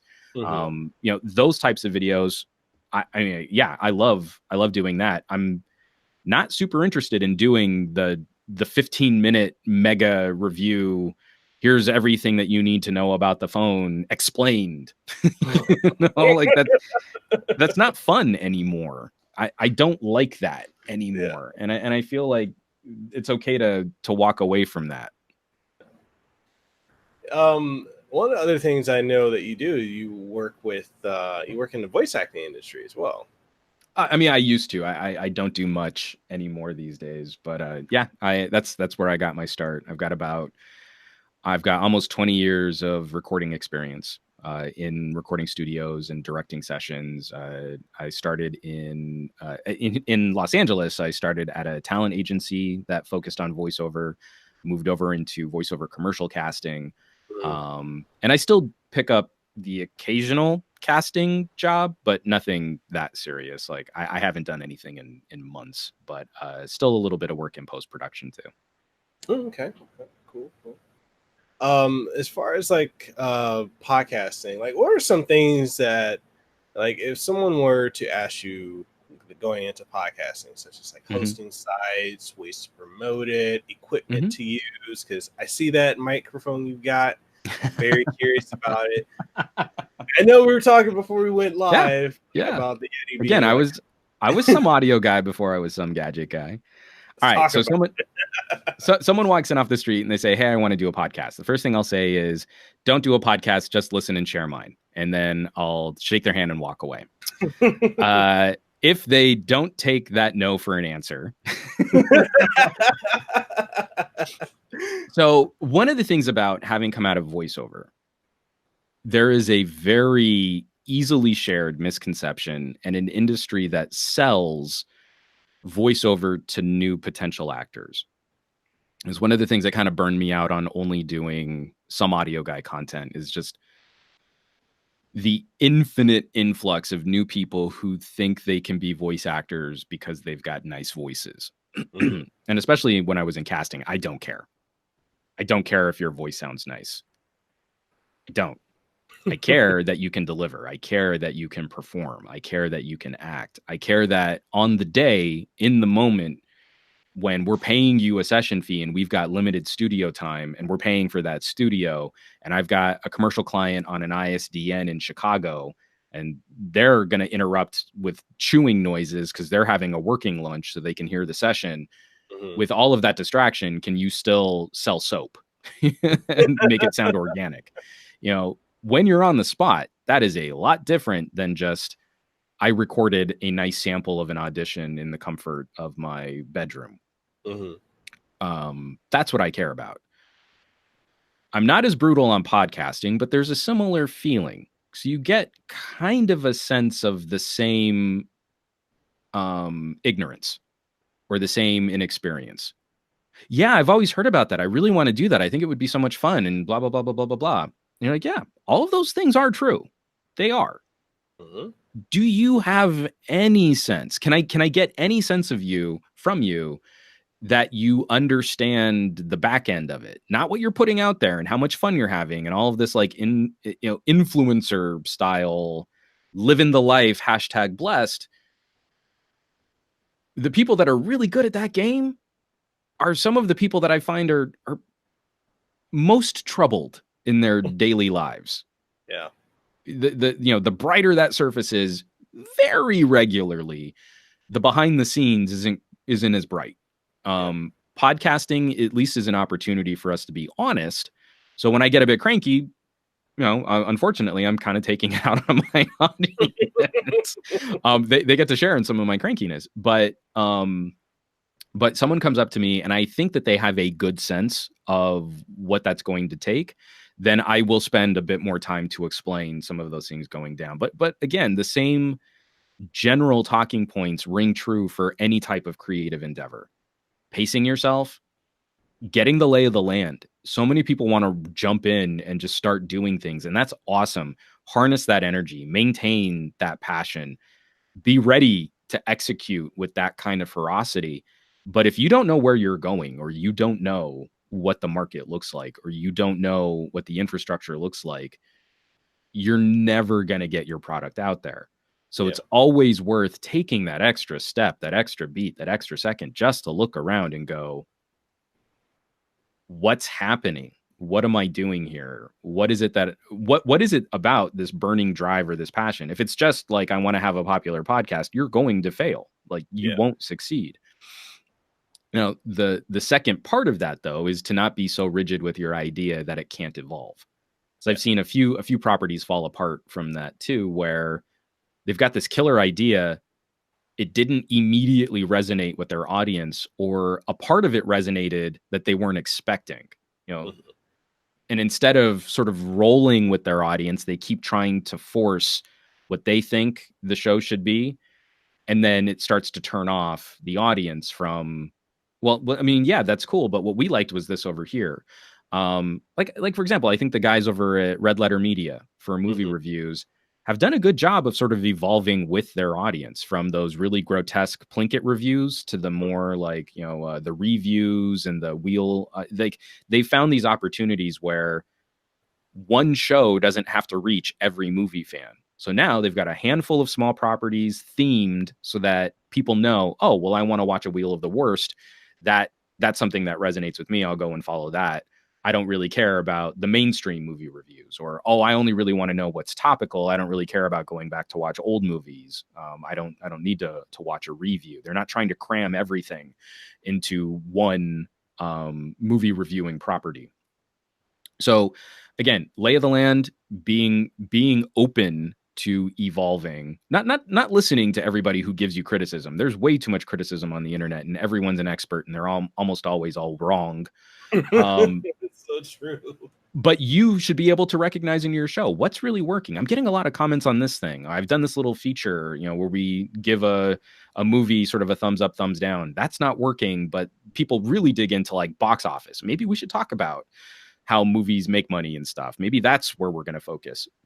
People love it when I talk about special effects. They don't care when I talk about soundtrack. You should be open to sort of shifting and morphing as that content goes through. As for the rest of it, it's all academic. What I could recommend is as sources for distribution, or where to host, or like, so many people have already beaten that horse to death. If you can't dedicate the afternoon to a couple of Google searches on how to host a podcast, where to host a podcast, work out an RSS feed, nothing I say will help you create your podcast. I can give you that information. I can tell you how I'm hosting mine. And that won't really make you more successful. In fact, like that's one of those things, I kind of turn into my dad, like, I'm not going to give you the answer. Go and look it up. Yeah. Because again, it's the same thing with voice acting. It's people think that there could be some kind of magical shortcut. Yeah. I'm withholding from them a magical piece of advice that will help them hurdle over all of the startup effort and some of the costs of getting into this industry. And the truth of the matter is that doesn't exist. If you want to be a voice actor, you're going to fail a lot. And most of the time, for the first couple years of your career, you will face nothing but rejection. And then somehow, someday, something clicks in your brain from all of that work and all of that effort, and you become a voice actor. There are no two similar stories of how people got into performance. Everyone has a unique story. So it's great. I love sharing those stories. I love consuming those stories, but they're not models for how to replicate success. Everyone has their own story. That means if you're going to be successful, you need to create your own story. You need to forge your own path. And every other creative endeavor, the number of YouTube channels that we've seen fail, the number of podcasts that fizzle out after 2 or 3 episodes, that always seems to be the common thread. You have to understand that this is going to take time. You have to know what the market looks like. You have to know what your competition is in this space. If you're doing a focused type of discussion, if you're doing general lifestyle kind of discussion, it doesn't matter. There are people that are competing for your audience's time. You need to be very selective in how you use your audience's time. And from there, it's exploration, failure, and failure, and failure, and then some success, and the success feels really good. Well, one of the other things too I wanted to ask you about is being an author, because I know you've written some books. And how was that journey? Oh, so I've written 1 book and I've contributed on 2 others. So the journey is I wrote a book because I'm really bad at YouTube. This is lies, people. Right. No, I mean, the full honesty. So my book is smartphone photography, take better photos, smartphone photography for noobs. I can't even remember the title of my own book. So this started out as, you can actually go back and see this video. There was a video that I shot on depth of field, how to blur the backgrounds of your photos. And this was not long before, but a couple years before this explosion of like portrait modes on phones. And so it was just trying to express the mathematical relationship between a sensor, an image, a camera sensor size, the size of the lens, the aperture of the lens, and the focal length. how that manipulates the quality of the photo and what it does with light. Just describing the video, that's already a lot, right? Yeah. So I'm writing this video script and I shoot this video and I'm like, this is really incomplete. If I'm talking about bokeh and I'm talking about depth of field, I really need to express sensor size. Well, if I'm going to talk about sensor size, I need to talk about optics. If I need to talk about optics, then that also has to have a relationship with the size of the aperture or the iris. And that has a profound effect on shutter speed and ISO. And so if I'm going to express that, then I also need to be able to communicate those differences in sensor size between various models of phone. The iPhone uses a smaller sensor. Samsung was using a larger sensor. LG had these manual controls. No one had a variable aperture at the time. What happens when that impacts video? Then I've got to talk about frame rate. I'm going to talk about frame rate. I also still need to talk about shutter speed. And shutter speed as it pertains to video, as opposed to how it pertains to photography, because you have different they're the same mechanic, but you have different solutions. You have different needs for altering those. So then I also need to talk about color science. And when I walk back from color science, well, we should be talking about composition. If we're not talking about composition, it doesn't matter how much math I talk about. Your photos are still going to be garbage if you can't compose a nice photo. Well, that leads me directly into some of my art inspirations, because I'm a fan of classical painting and impressionism. But you can still learn some valuable tools and tricks from things like expressionism or cubism in composing your photos and your videos. And I just kept writing. It was like video script after video script after video script. And you're like, this doesn't make sense. Like, I can't make hours and hours and hours of video on these topics. I mean, I literally physically can't. So they became like a blog series. But then that still didn't make sense because they would be interrupted. I'd have a chapter here and a segment about 4K video. Well, I'm going to have a bunch of other content, and then I'm going to do another piece on color reproduction as it pertains to pixel density, and like what types of image compression that smartphone cameras use. So it might be 2 weeks in between these various blog posts. They're not going to tie together. I can link them together on my blog, but it's an interrupted and disjointed conversation, which is out of place on the rest of my blog feed.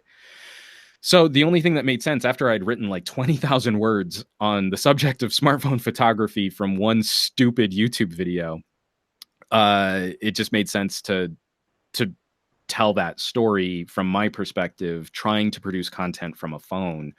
And that became the book. And the book is far less about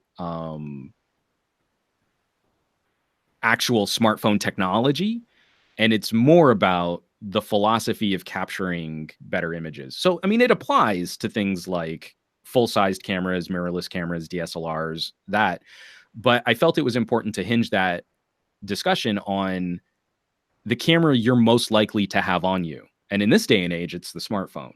Yeah. So while this is very common photography commentary, you can go online and find a lot of the traditional camera reviewers and camera outlets. DP photography, DP review, digital photography review, was an inspiration for how I produce my camera reviews. That information is out there. This is the same kind of stuff that you would get, in my opinion, from like a photography course at a community college, right? If you wanted to take that dive. But I felt like we were still missing that one, just that little bit of focus where we can have the same composition and science and physics discussions focused on the camera you have in your pocket right now, the camera that's on your smartphone. And so every year I sort of update a few passages. Things have changed. Like, so many phones now have multi-cameras on the back. Some do very interesting things with color and with light. Some do things with a ton of software processing. So the last revision was up the beginning of the year. I think I posted it around March. So it does get sort of a yearly refresh, but the core of the book sort of remains unchanged. How do you make your photos better? Most of the time, it's not technology. Most of the time, it's going to be a unique position, composition, understanding the rules of what makes an image interesting. And I think we can draw that inspiration from a variety of different sources. And for me, like, I have a whole section in the book where I talk about, we've got this fascination with night modes. A pixel can turn a night shot into day. but I like taking dark photos. I like taking really dark, crunchy photos with tons of noise and grain. I think there's something really organic to that.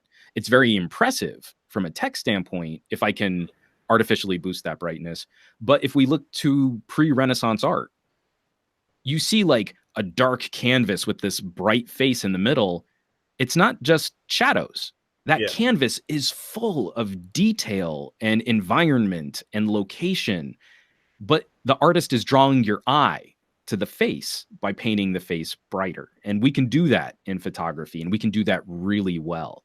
We can minimize distraction in our photos. If everything is bright, then nothing is bright, to crib The Incredibles, right? Yeah. So that became like the main focus. Like, there are different styles of photography. There are different styles of content. And the thing is, your phone actually does a pretty good job of hanging with more professional solutions. And if you learn a little bit about what your phone's strengths and weaknesses are, you can radically improve the content that you produce. I'm shooting whole videos, editing, rendering, and uploading whole pieces of content all from my phone.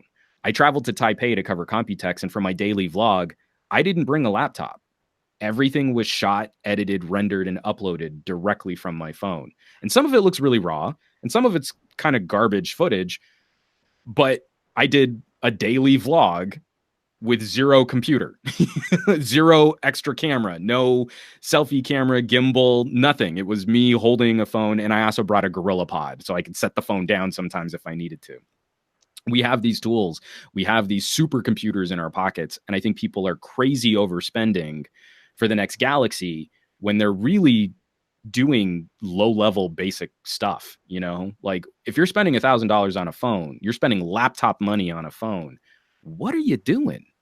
Because you probably don't need to. We're married to our brands. You like Samsung, you like Apple, you like LG, you like OnePlus. Cool.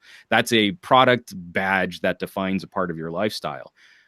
But you're going to spend that money. What are you really getting? What are you really doing? Because I feel like most people feel like if I don't buy the top of the line product, I'm going to get a garbage camera, or I'm going to get a slow phone. It's going to lag. And you're like, probably not. the landscape has moved. So the book it sort of facilitates that conversation. A lot of it is very philosophy based. You know, I explain the rule of thirds and why you should break the rule of thirds. I have a whole list of exercises that you can try at the back of the book. Some of them are focused on helping you learn a little bit more about editing. Some of them are a bit more focused on composition. And then there are some sciencey topics in there. Like one of my favorite articles, passages in the book, is talking about color compression in video and how, you know, you might not want to shoot 4K video from your phone because it takes up more space. But if you shoot 4K video from your phone and you watch it back on a 1080p screen, you will still get a sharper, higher quality, more vibrant video than if you shoot 1080p video. And so people kind of go like, oh, I guess, yeah, sure. But how much are your family memories worth to you? You know, like I've got my daughter's first steps. I've got my daughter's first steps in 4K. When I go back and I look at that video looks good. And that video has continued to get better looking as we've gotten higher resolution computer monitors and 4K TVs. It looked better for being in 4K on my old busted 1080p TV. And now it looks even better still now that we've upgraded to 4K, you know? So 3.5 years ago, that was valuable for me to be shooting it then, let alone what we can do with our phones and our phone cameras today. So that's the main plug. It's it was a tragic failure of YouTubery that ended up sort of producing one of my favorite pieces. You can catch the book. I only distribute the book on Amazon Kindle. I'm talking to an indie publisher about trying to make it a physical actual book. I have to do a ton of formatting for the photo samples that I have. They were formatted specifically for a Kindle style consumption. Does not work for a physical book. So I don't know if I'll have that done anytime soon. Again, I've got a lot of plans where it's like, well, that might be a 2021 conversation because it might take me an entire year to get that stuff right. But again, I so much of what I do, I don't feel people really get what they pay for. Yeah. And I feel too many people are getting left behind because they think they have to buy something really expensive. And when they can't, then they just don't even try. Then they just don't even participate. So increasingly, like a phone comes out at $300. I'm so much more excited to talk about that than the next $1,000 phone. You know, like so many people are not getting the message, and we're not getting through to the general consumers out there. Like, you're putting yourself in debt on 0 interest loans to buy this thing that has a ton of advertising behind it, but isn't really going to change your life. Yeah. And it's going to be very similar to the thing you had before. So you probably don't need to do that. Oh man. So my last question to you Do it. is, when are we going to see you out here in Hawaii again? Oh, I've never been. What? I need to go. You didn't go to the Qualcomm? No. What? No, so the hilarity of my current lifestyle situation, I'm friends with almost everybody who was doing those Qualcomm joints. Yeah. I think it was for 5 trips in a row. Qualcomm would reach out through one of these other influencers just to say like, oh, hey, do you want to join this team? And be like, I mean, yes, but I'd be interested in talking to someone about it. And then they'd say what the dates for the next trip. And I'd already have had another job booked. Oh. So there are a lot. I mean, like trade shows. I booked Computex. That meant I'm not going to be recovered to cover E3. Computex is in Taipei. E3 is down the street. You know, like that's the hilarity of working sort of the lifestyle that I'm working right now is you say no to more things than you say yes to. Yeah. But sometimes you say no to things that are silly. You know, like I should have been there. I probably could have walked, you know. But unfortunately, the most recent Qualcomm trips have all lined up with other projects that I've been working on. And again, they haven't even asked me for the last 2, just because like I already had another gig, or I already had another project that I was working on, and that has made me seem inaccessible. So really, the main thing, Hawaii has been on that list of special places where when I go, I don't want to go for work. Yeah. You know, it is a lifestyle, and it's a culture that, coming from New Mexico, very much appeals to me for the richness, for the wealth of the native population that informs the culture of those islands. And that while it's heavily influenced by outside media, I'm sure, the fact that you have the Pacific Ocean between you and us here in California means that you don't have the direct influence that California has on Colorado and Arizona, New Mexico, Nevada. You know, my sister just moved to Colorado, and there's lots of conversation there about how frustrating it is with all the Californians moving in. You know, like they are impacting the local culture of what made Colorado a special place to live. And I feel like Hawaii is a bit freer of that. Yeah. There are some similarities that I see in the native population of Hawaii as compared to the native population of New Mexico, where Albuquerque and Santa Fe have this huge influx of transplants, you know, people that came from other places to live there, Texas and California, Arizona. But you're surrounded by the Native American reservations. Yeah. Albuquerque is almost completely surrounded, and the Native American populations there have been trying to buy up more land to preserve a sense of their history and of their culture. And that to me is really special. Being able to hold on to roots, being able to hold on to history while still participating in the 21st century and still participating in the American zeitgeist is a beautiful balance that I think I'd just like to go and experience, as opposed to, well, let me tell you about the newest chipset that's going to be coming to VR solutions in 2020. And here's a graphic and a template. And oh, look at this beautiful waterfall. I'm an influencer. I influence things, you know? So that's the gig. It is on the list. I think our next family trip will probably be to the UK and to Ireland, just for another sense of my own family's history. My dad's family is Irish. But Hawaii is on the list of special places where I need to spend some time. And especially as an outsider, you know, like I need to get a feel for what that's really like. Coming from the political side of it, Hawaii has been doing so many really special things in how we hold progressive conversations. And I don't necessarily mean that in the strictest, you know, liberal versus conservative kind of conversation, but you all have been ahead of the curve on a number of topics that I think speak of a community, of a sense of family, that I really wish the rest of the country were listening to more. Things like video games and loot boxes, things like net neutrality, being really aggressively ahead of the curve on local net neutrality policy.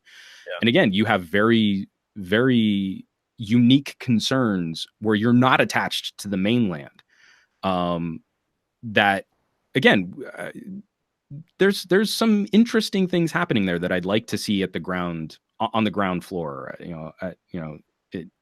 in the grass with you guys.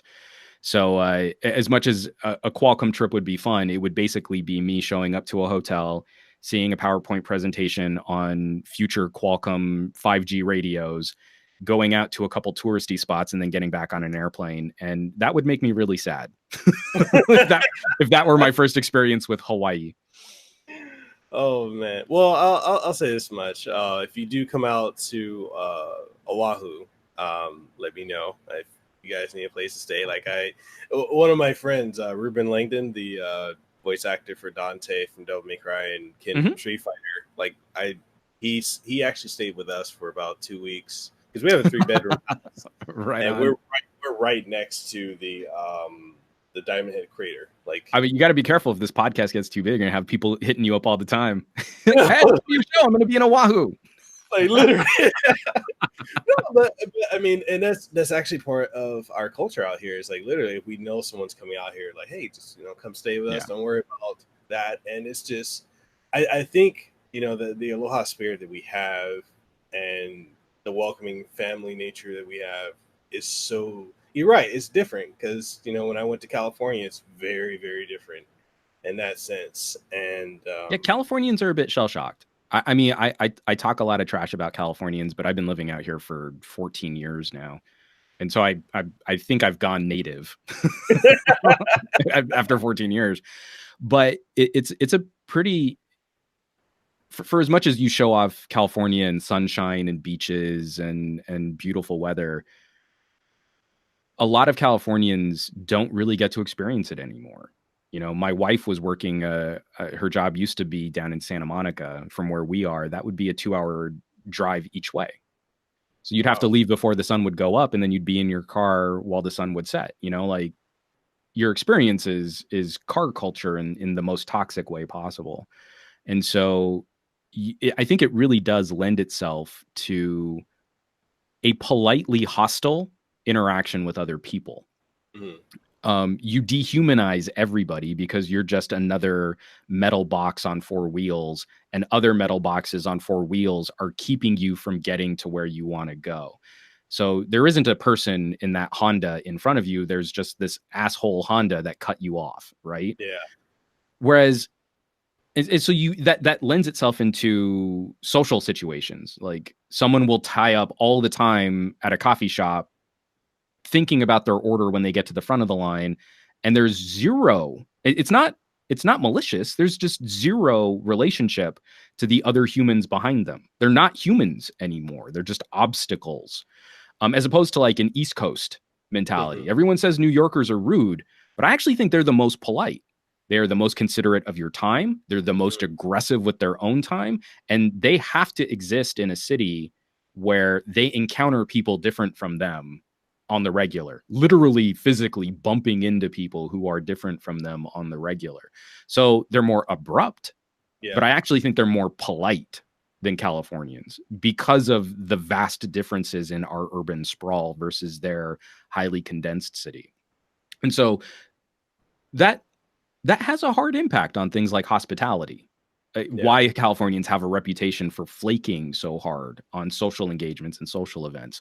Why we communicate in the really messed up way that we do for how long it takes to get somewhere, where you show up at a party and like the first hour of a party is literally everyone at the party describing the ordeal it was to get to the party. Like Saturday Night Live had that skit, the Californians, where they're just rattling off freeway names. That's real. That happens every time you go out. Because that's such a huge component of our day. Like when my wife moved from her job, when her commute went from around two hours each way to 30 minutes each way, she got an extra day of the week. Wow. That's you break down how much time she spent in her car just trying to make it through on podcasts and audiobooks, not getting to see her daughter, not getting to, sit and have a meal because sometimes she wouldn't get home until we'd already, put my daughter to bed. She got an extra day of the week. Imagine what you could do with an extra day of the week, just not sitting and stewing and fermenting your own bodily juices in your car. That's the reality for Californians right now. And that's why as much as we get some cool perks for being out here in California, and I'm not saying we need sympathy, but sometimes we do need a little understanding. You don't have to sympathize. You don't have to apologize for us, but just understand. Well, hey, again, if you guys come out here, you need a place to stay. We have a big house. We're right next to, we're like 2 minutes, I'd say 2 to 5 minutes away from Waikiki. Oh, dude. And we're right, literally everything you want to go to on Oahu, we're within minutes. Legit, man. And my daughter is becoming a more adventurous traveler with us. So, we're wanting to start taking her out to more places. So I might have to take you up on that in the near future. Hey, whenever you want, just let us know, and you'll have a key. Dig it. So, where can people find you? Oh, we kind of somegadgetguy.com is my official website, but look up Some Gadget Guy and you'll find all of my personal content. Find me on Newegg. You'll see me regularly on Good Day LA for foxla.com. I'm trying to think. I have a book review podcast with a buddy, the Geek Book Club. I'm resurrecting my old movie review show, finding all our old episodes that vanished. That was Movies You May Have Missed. Twitch, Twitter, Instagram. I'm flirting with the idea of producing a food show, sort of a limited run look at Southern California cuisine, sort of foodie culture, especially food trucks and sort of car culture for food. I don't know that that's going to happen soon because I have a lot on my plate, but I like talking about what's on my plate. Again, literally and figuratively. So it would be a passion project for me. But I'm not hard to find. So you can look around, you'll stumble into something I've made at some point, probably. All right. And I'll leave links to all of Some Gadget Guy's information, and links and websites and everything will be down in the description below this video and podcast. And with that being said, is there anything you want to leave the audience with? If I'm on the spot, the same way I wrap up most of my podcasts and shows, I just want everyone to have an awesome week, to do awesome, to be awesome, and to have fun with these gadgets that too often control our lives. Remember, they're our tools, not the other way around. Right. I agree with you. And I lied. I have one final question for you. We were so close. I was like, oh man, good wrap up. Let's do it. Did you have fun? Oh, I had a great time. This was a fun chat, man. I mean, again, like I said, I've been watching your shows. You host a good conversation. I don't know that I would have said yes to joining your show if I hadn't seen some of the other conversations. I mean, like even going back, like I started with Isaiah Washington. You're like, okay, that was a heavy discussion. He comported himself well for some deep cuts. All right. I feel like I will be in good hands with this gentleman as a podcast host. The funny thing with that one was I really was not ready for all that. I was like, all right, we're in the moment. Let's do it. That was a good one. Thank you. And people, you'll be able to find this podcast available on youtube.com/Mekel Kasanova, as well as being able to find it on iTunes, or not really iTunes anymore. It's Apple Podcasts. I need to get that correct. So Apple Podcasts, Google Podcasts, Stitcher, TuneIn Radio, Spotify, iHeartRadio, and coming soon to Sirius XM Radio. And it's also currently available on Launchpad DM, which is part of Podcast One. So with that being said, Juan and I are signing out. Thank you for listening. Thank you for watching. Bam. Did you enjoy this episode of the Kasanova Podcast? Well, I hope you did. And if you did, please make sure you like, share, comment, and subscribe. And let us know what we can improve upon, what you liked, what you didn't like, and all that good stuff. And just make sure you always have a good time. That being said, this is your boy Mekel Kasanova, Hawaii's favorite YouTuber. I am signing out, and I'll catch you on the next episode.